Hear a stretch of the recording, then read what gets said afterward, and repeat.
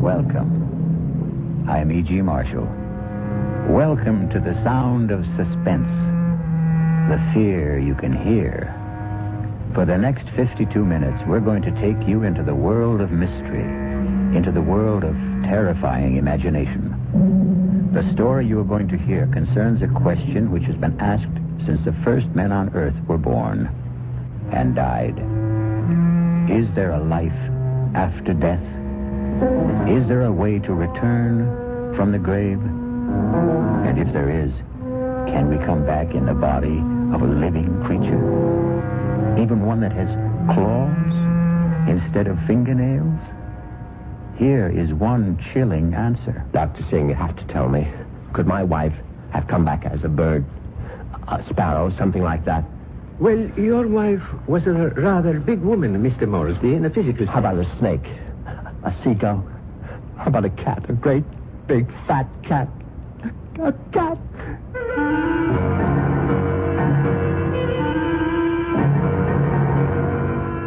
Our mystery drama, The Return of the Moresbys, was written especially for the Radio Mystery Theater by Henry Slessor and stars Patrick O'Neill.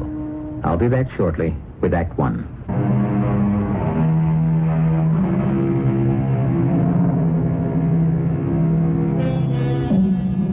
Now here is Act One. Like all murder stories, sooner or later, it reaches the office of a daily newspaper. You wanted to see me, Chief? You bet I want to see you, Prouty. Come in and shut that door. I bet I know what it's about. That story I filed on Richard Moresby, right? I got a flash for you, Prouty. This is a newspaper office, not a fiction magazine. You take this story of yours and see if you can sell it to Weirdo Digest or something. But get it off my desk. Now, wait a while, Max. I know it's offbeat, but I thought I handled it with a kind of a light touch. Stories about murder can't be handled with a light touch, not on this paper. But it's accurate. I mean, this is exactly what the guy Moresby told me, just before he died. Well, he must have been out of his head. He asked for somebody to hear his story. That's how I got to meet him. I was at the hospital covering that subway accident. Now, that story made sense to me. Nothing but nice, clear facts. But this nonsense... Please, let me tell you about this guy. Maybe you'll change your mind. All right, what about him? Well, for one thing, he was a real distinguished-looking guy. The only thing peculiar about him was his eyes. His eyes? Yeah. They were the palest blue eyes I ever saw on a man. They weren't really blue at all. They're like silver. Big deal. So he had silver eyes. And when he started to tell me about himself, well, I just had to hear the whole story, Chief. Yes, I was born in London, but my family moved to the States when I was young. They didn't improve much on the climate when they did. We lived in Vermont. I don't think I was ever warm enough until the age of 24 when I moved to Southern California. I lived on beaches. A superb swimmer, a superior surfboarder, and a terrible bum.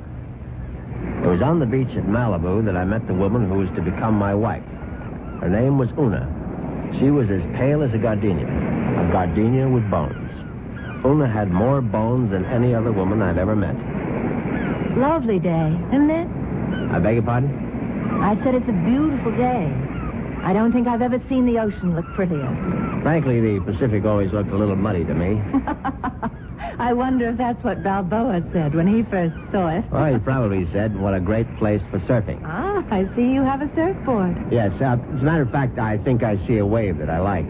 Will you excuse me? Oh, I wish I had the nerve to try it. Yeah, you really should. Well, bye now. Maybe I'll ask my chauffeur to teach me. I'm sorry. What did you say? Charles, my chauffeur. He's very good at sports.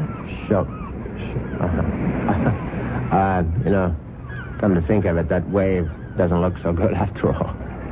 By the way, my name is Richard. Richard Moresby. How do you do? My name is Una.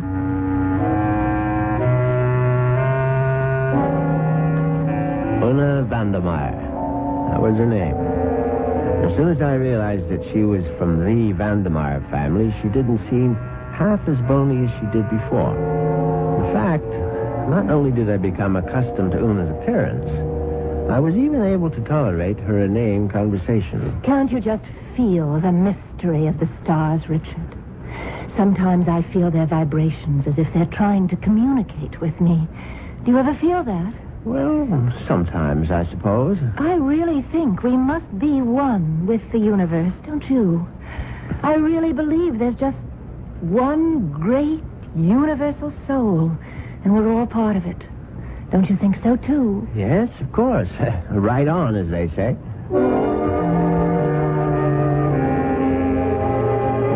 You see what I mean? She talked that way all the time, from the first day of our honeymoon. Well, it was a fine honeymoon just the same. It lasted a whole year on the beaches of the Caribbean, on the French Riviera. I got browner and browner. Una got freckles. Finally, we returned to our home in Los Angeles and settled down to a quiet, comfortable marriage.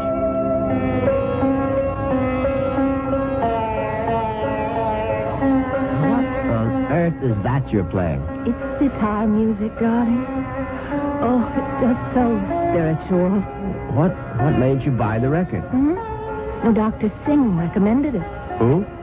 Dr. Singh, at the Temple of Metapsychosis, you know. The Temple of what? Metapsychosis. I told you about joining the temple last week. Oh, Richard, sometimes I think you don't listen to me.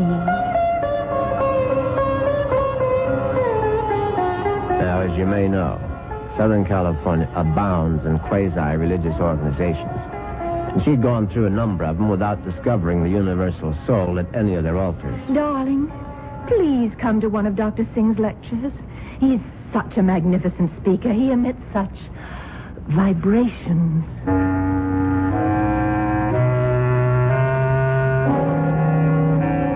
And I went. You see what an obliging husband I was? And actually, it turned out to be more interesting than I thought. The temple itself was unpretentious, and Dr. Singh was an impressive man. And when he spoke, I realized why his message had such appeal for Una, because he preached a doctrine that combined eternal life with a love of small animals. The soul is immortal. The soul cannot die. The soul, upon leaving the body, must make its passage elsewhere. There is a science called eschatology, which deals with the last four things: death, judgment, heaven, and hell. It is the most ancient of all sciences, and from its wisdom has come the inescapable certainty of the transmigration of souls. Yeah, I know it's a bit weird, but stay with it. And where does the soul go? According to the wise men of all generations past, the soul departs from the mouth of the dying. It is consequently a small thing. A bird, a snake, a mouse, a dove, or a hawk, a dog, a cat, an insect. For these small creations of God are empty vessels placed upon earth for only one purpose: to house the departing souls of humanity, so that they need not wander forever in a trackless eternity. Yeah, it's pure rot, of course. But that's what the man said, and Una sat there and believed every single word. Oh, wasn't he marvelous, Richard? Isn't it wonderful that the soul never dies? That we can all come back as little animals? I'm not sure I want to come back as an animal. But you'd still be you, Richard. Oh, don't you see? Well, by the way, what was that envelope you handed Dr. Singh after the meeting? The envelope? Oh, that was my donation, of course. Your donation to the temple? Yes, to support the work of Dr. Singh, to open other temples around the world. Well, how much money was in the envelope? Now, what does it matter, Richard? I'm just curious. $2,000. Una, you go to that temple once a week. Do you always give that kind of donation? Oh, it's all in a very good cause, Richard. Well, in an equally good cause, that of finding out exactly how much of my wife's money was supporting this nonsense, I sneaked a look at Una's checkbook. The answer astonished me.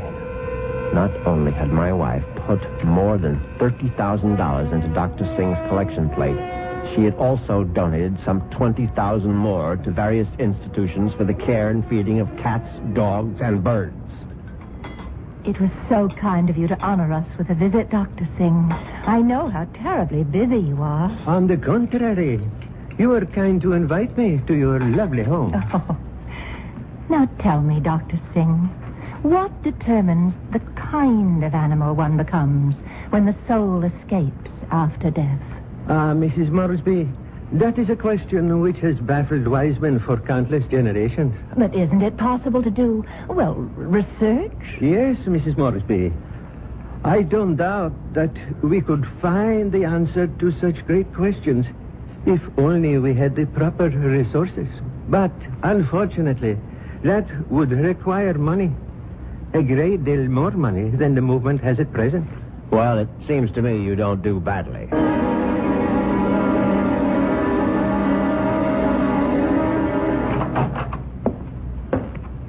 Well, there you are.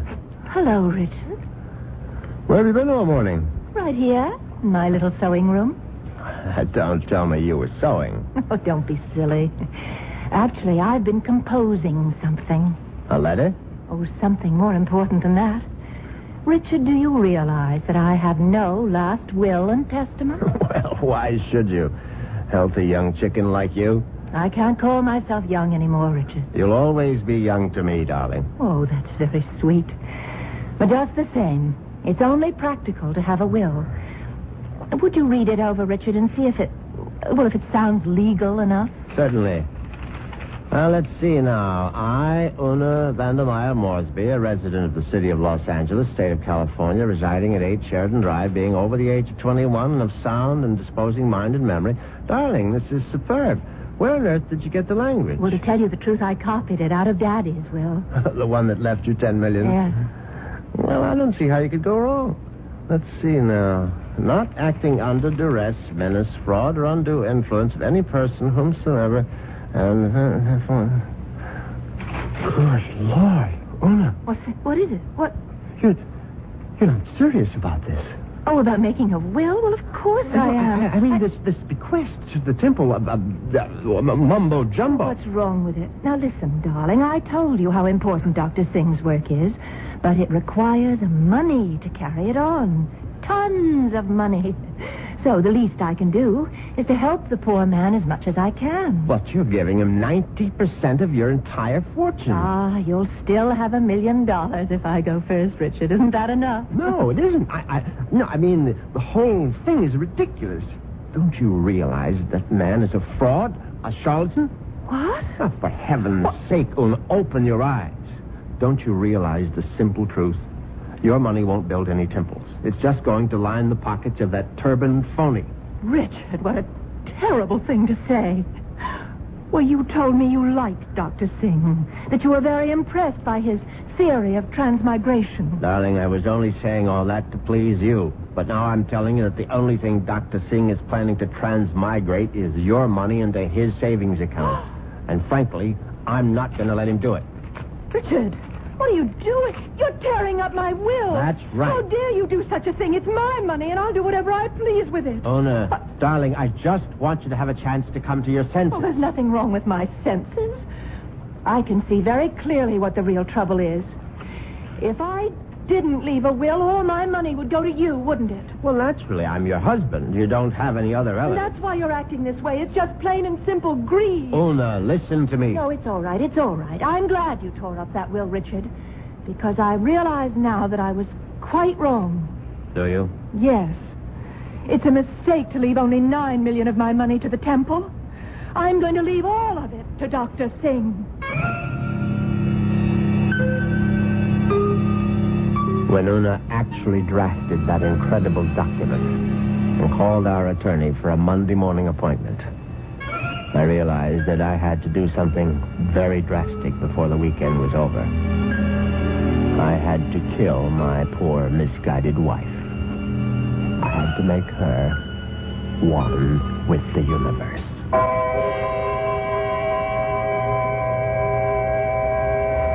It's obvious that Mr. Moresby is going to be a very reluctant murderer. The question is, will his reluctance get in the way of his efficiency? We'll get the details when we return shortly with Act Two.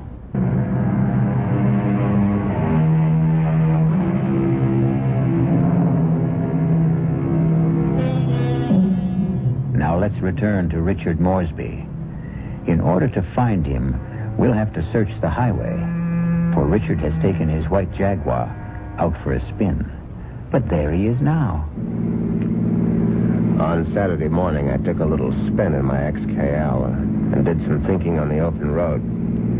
I didn't want to kill poor Una, of course. The whole idea was repellent. But on the other hand, the thought of Dr. Singh spending the fortune that was rightfully mine was even more abhorrent. However, I decided I would make one more stab at a reconciliation. Darling, may I come in? It's your living room, too. It doesn't feel like it. Matter of fact, I've felt like a stranger in this house for the past 2 days. I suppose that's my fault. Well, you haven't been exactly cordial, have you? I've hardly been home, Richard. I spent all day yesterday at the temple and all morning at the pet rest kennels. And how are all the little souls doing? You just won't stop being irreverent, will you? It's been my money all along, hasn't it, Richard? From the very beginning, you were attracted to my money. Well, now, darling, if you thought that, you would never have married I me. didn't want to believe it. I don't want to believe it now. Well, now, how can I prove to you that you're mistaken? Richard, you really want to prove it? Of course, I'll do anything you say. All right. Now, I know exactly what you can do. You can let me leave my money to Dr. Singh and the temple. The whole $10 million? Yes, because that's the only way I'll know that it's me you love.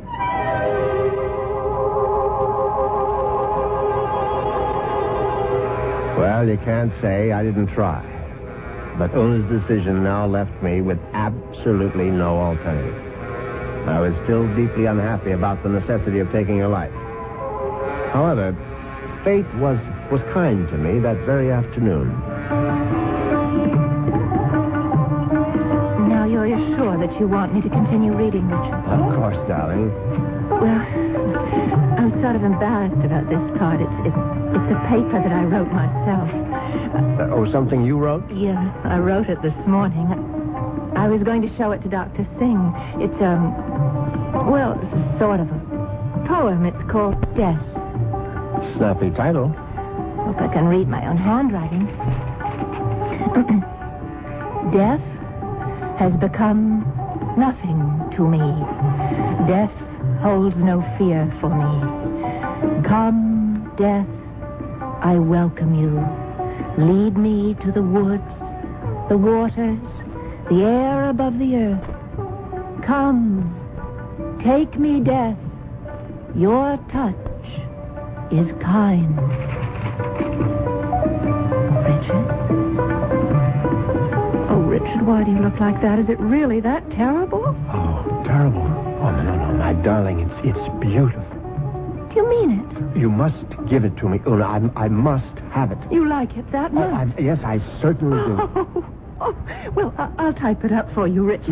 No, I must have the original. No, just the way you wrote it. Oh, darling, I'm so flattered.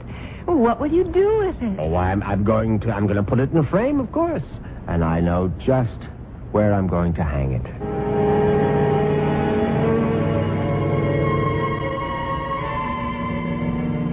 Yes, I could hardly believe my ears. Una had written her own suicide note in her own handwriting. It was truly karma at work.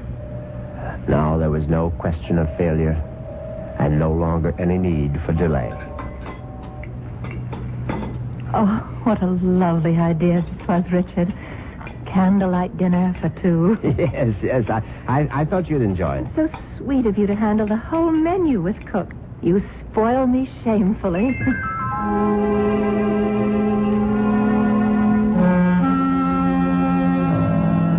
And that night, I spoiled her just a bit more by bringing hot cocoa to her in bed. Oh, Richard, you shouldn't have bothered. But I know how you like your hot cocoa before retiring, Una. You can't get to sleep without it. No, but Parker could have brought it to me. Oh, no, this is something I had to do myself. Oh. Yeah, drink it down now. Yes. I'm drinking it. Does it taste all right? Oh, it tastes just fine.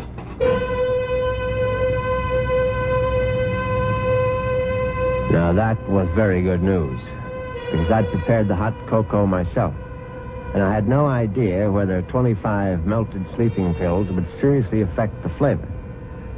Finally, Una was all tucked in for the night. I went into my study, picked up the poem she had written for Doc to sing, and brought it to the bedroom. I placed it carefully on the night table beside her. Then I bent over my sleeping darling to see if she was getting along all right. She was very, very quiet. And then a dreadful thing happened. Una opened her eyes. Richard. Oh, Richard. Hush, darling. Now go back to sleep. Richard, I'm sick. No, my love. No, you're only sleepy. Cocoa tasted so strange. I didn't want to upset you, Richard, but I'm sick. No, you'll feel much better in the morning, Una. I promise you. Tomorrow morning, you'll be one with the universe. Richard, that paper. What paper, darling? It's my poem. My poem for Dr. Singh. What's it doing there? I was just reading it over, darling, that's all. And that bottle, my sleeping pills. Oh, it's empty. The bottle is empty. Oh, Richard. What have you done? Nothing, darling, nothing. Now, just go to sleep. Cocoa. You put sleeping pills in it. All of them. Don't try to get up, Una, please. Now, don't. Trying to kill me. You're trying to murder. No, for heaven's sake, Una, now stop saying things like that. Do you want the servants to hear? Help somebody. Help. Now, come on, lie down. Lie down, Una, for heaven's sake. Come on, now, lie down. Lie down. There. That's better. You won't get away with it. You won't get away with it, Richard. I promise you. Anything you say, darling. I'll come back, Richard. You know I'll be back. Yes, of course. Just welcome death, Una. The way you wrote in your little poem. I'll be back. I swear it. Oh.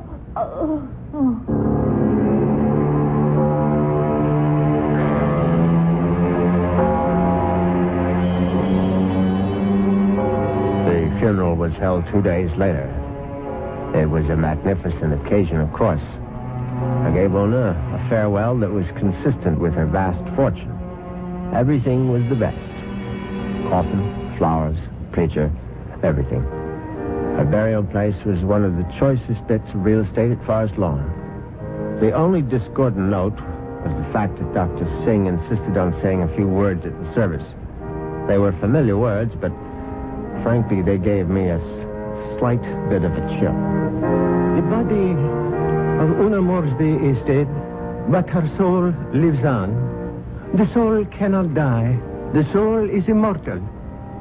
It has left the earthly remains of this woman and has sought the body of a small living thing. There it will abide until the Almighty is ready to choose its next home. Mourn not the end of Una Moresby, for there is no end. I couldn't help congratulating myself on how well everything had gone. When I called for medical attention the night of Una's death, the physician was only too ready to declare her a suicide. The police had to be informed, naturally, and they, too, agreed with the doctor's verdict. Una had died by her own hand, and she had died without a will. There was simply no question that the matter would be probated in my favor. Suddenly I realized I was not only rich, but a rich widower. What vistas opened for me? The devil. Look out, you stupid mongrel! Dog trying to get run over. I admit I was shaken up by it. It was sort of a coincidence, you know? Right after the funeral and all that.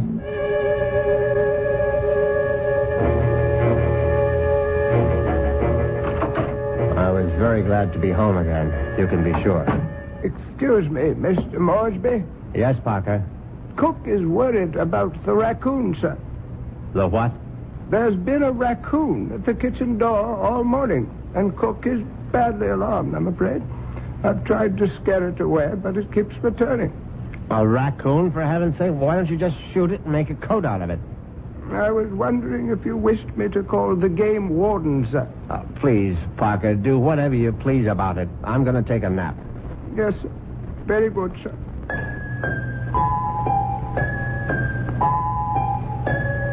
I went upstairs at once, undressed, and got into bed. It was a warm day, and yet I found myself cold. I got out the electric blanket and soon felt very cozy indeed. In fact, I felt so much better that I made a phone call.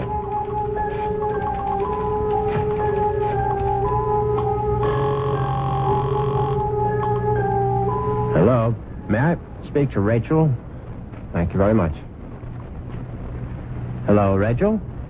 Yeah, who is this? Rachel, you probably don't even know my name, but it's Moresby, Richard Moresby. Who? You met me at the club numerous times.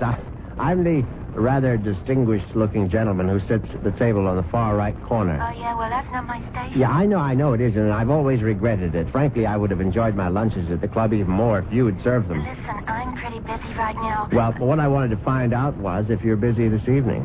Oh, what'd you have in mind? Oh, a little, quiet dinner, perhaps? Is that all you had in mind? Why don't we just wait and see? I can pick you up outside the club whenever you're free. Yeah, how I know it's you. I mean, I'm still not sure which gentleman you are. I'll be sitting in an XKL Jaguar. Do you think you'll recognize it? A Jag? I get off at 6:30. See you then.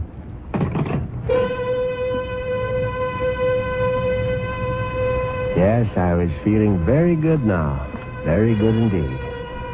I would have drifted off into a pleasant sleep except for one thing. For a moment I thought a bomb had gone off in the room. Then I realized it was nothing more than a bird.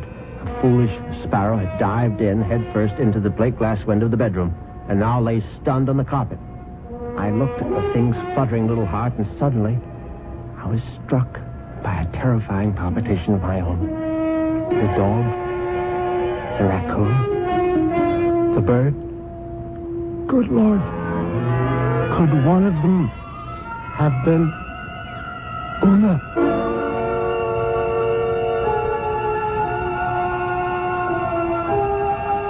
Has Una Moresby returned from the grave? Nonsense. Such things don't really happen. But perhaps we should reserve judgment until I return shortly with Act 3.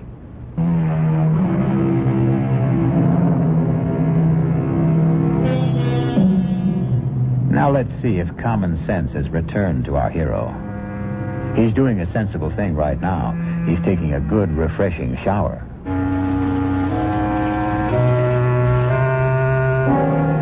By the time evening came, I was feeling better. All my peculiar notions about Una's animal reincarnation seemed ludicrous as I stood in front of the shaving mirror.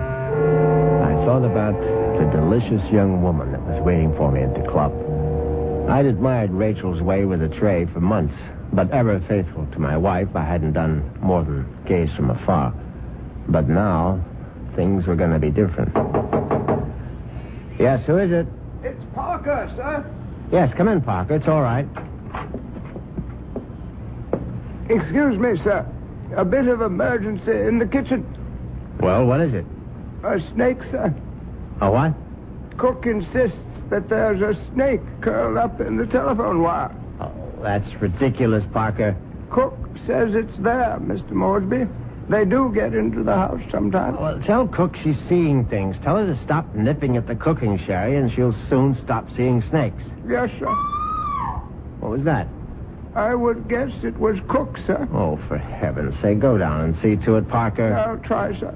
But I'm not very good with snakes, sir. Well, what do you think I am, an expert?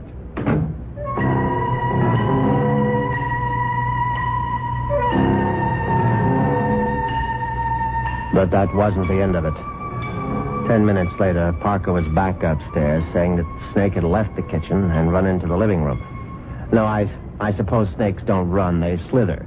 It slithered into the living room and was now embracing still another telephone wire, obviously mistaking it for a long-lost love. But then, another unsettling thought came into my mind. What if the snake... No, that was ridiculous. Hello?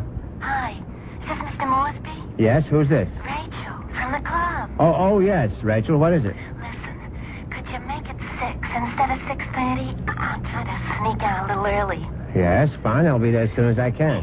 In the Jaguar, right? Yes, in the Jaguar. Listen, the reason I want to leave earlier is because my husband always picks me up at 6:30. What was that? So I asked one of the girls I work with to tell him I got another job someplace. He won't care. He likes me to earn extra money. Yes, I see. So, just to make the story look good, I guess you'll have to lend me a few dollars after our date. Yes, of course. And listen, I really do remember you, sugar. You're the handsome one with a cute bald head. See you soon.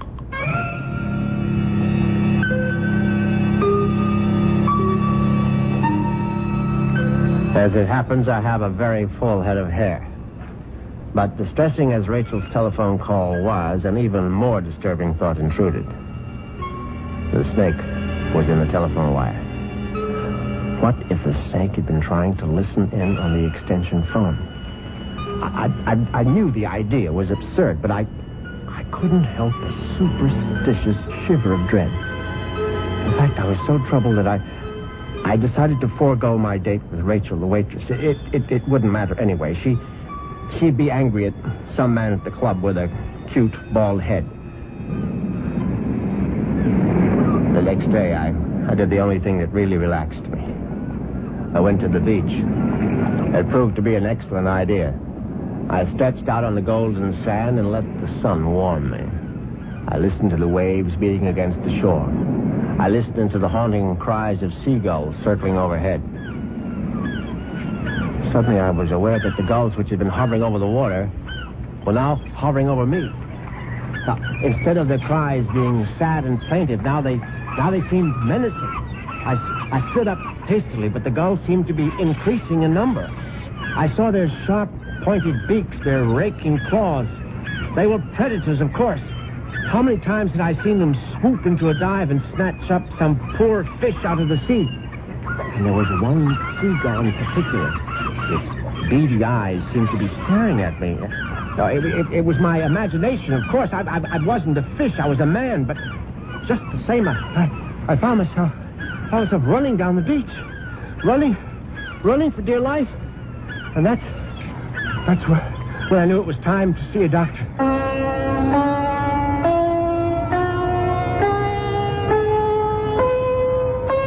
Yes, Mr. Moresby. I'm very pleased that you honored the temple with your presence. I'm grateful that you're willing to see me, Dr. Singh. I realize that, well, you've had a disappointment. A disappointment? I'm afraid I don't understand. I know my wife made certain promises to you concerning her will. I believe she mentioned some modest donation. She wasn't in her right mind, of course. I mean, when she took those sleeping pills. Yes, it was very sad. I trust that she has found the peace and happiness that she sought. Frankly, that's what I wanted to talk to you about. I mean, about whether you really believe that my wife is, well, that she's some kind of animal right now. But of course I believe it, Mr. Moresby. I don't merely believe. I'm positive. When your wife passed from this world into the next, her soul made its escape. Yes, I know how it goes, but what I'd really like your opinion about is what sort of animal do you think she might be now? I told you, Mr. Moresby, we have no way of knowing. But can't you take a guess? I mean, you said it might be influenced by a person's karma. Am I quoting you right? Yes. The kind of person she was in life may well determine the kind of animal she is now. Your wife was soft. Your wife was gentle. Your wife was independent in spirit. Now, what animal does that remind you of? I don't know. I can't think. Then go home and think about it, Mr. Moresby. Go home and try to be one with the universe. I went home, and I tried to be one with the universe. And when that didn't work, I tried being one with a bottle of scotch. I was still in the library, asleep in the big leather chair, when I heard the noise in the cellar.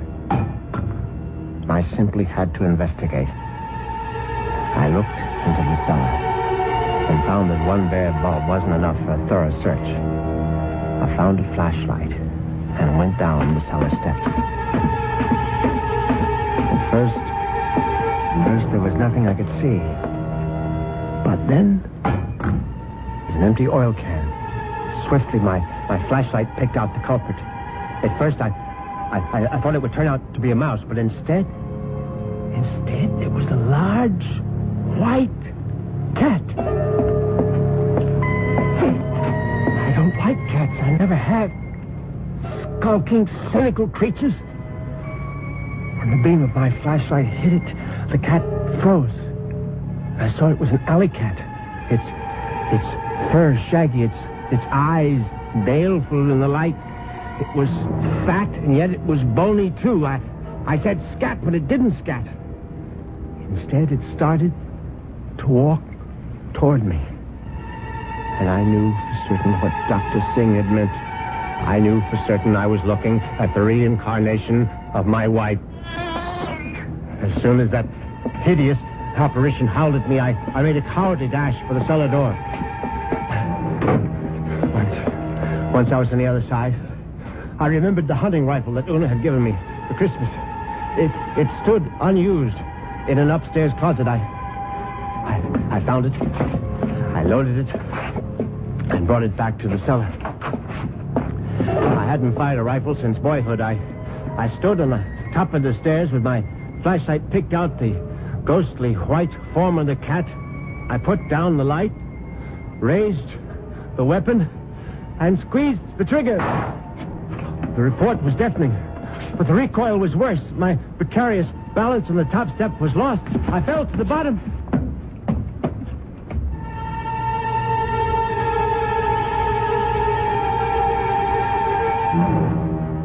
I tried to get up again, but the pain in my right leg was agonizing. I found out later that it was broken.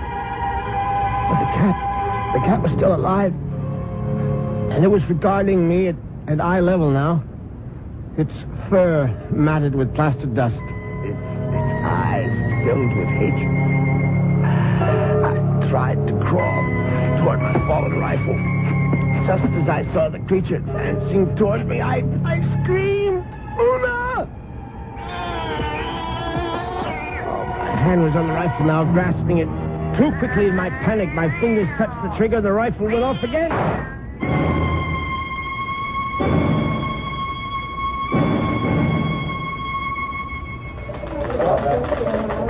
Well, that's how Moresby ended up in the hospital, Chief, with a broken leg and a bullet in his hip.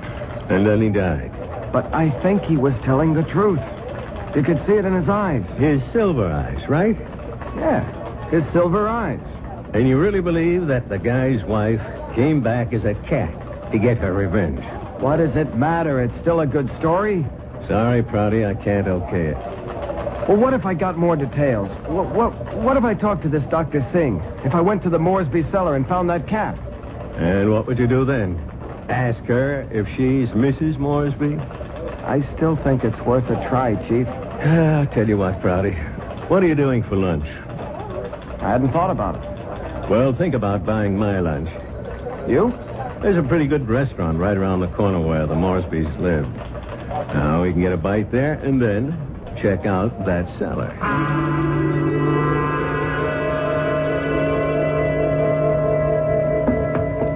So, this is where it happened, huh? Moresby fell from these steps when he fired that rifle. Hey, you can still see the plaster dust where the bullet hit. Yeah, I see it. But I don't see any white cat.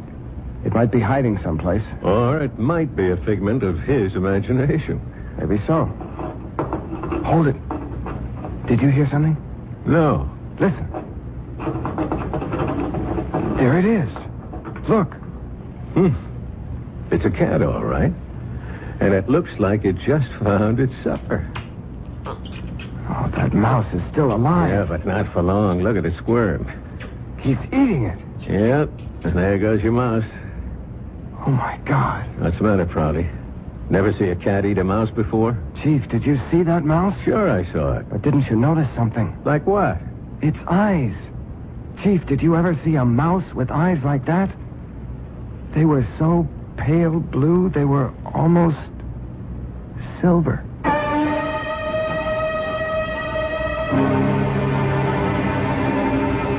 And so the cat and mouse game comes to an end. But according to Dr. Singh, there is no end. Perhaps Richard Moresby will have his turn next in another afterlife. I'll be back in a few moments.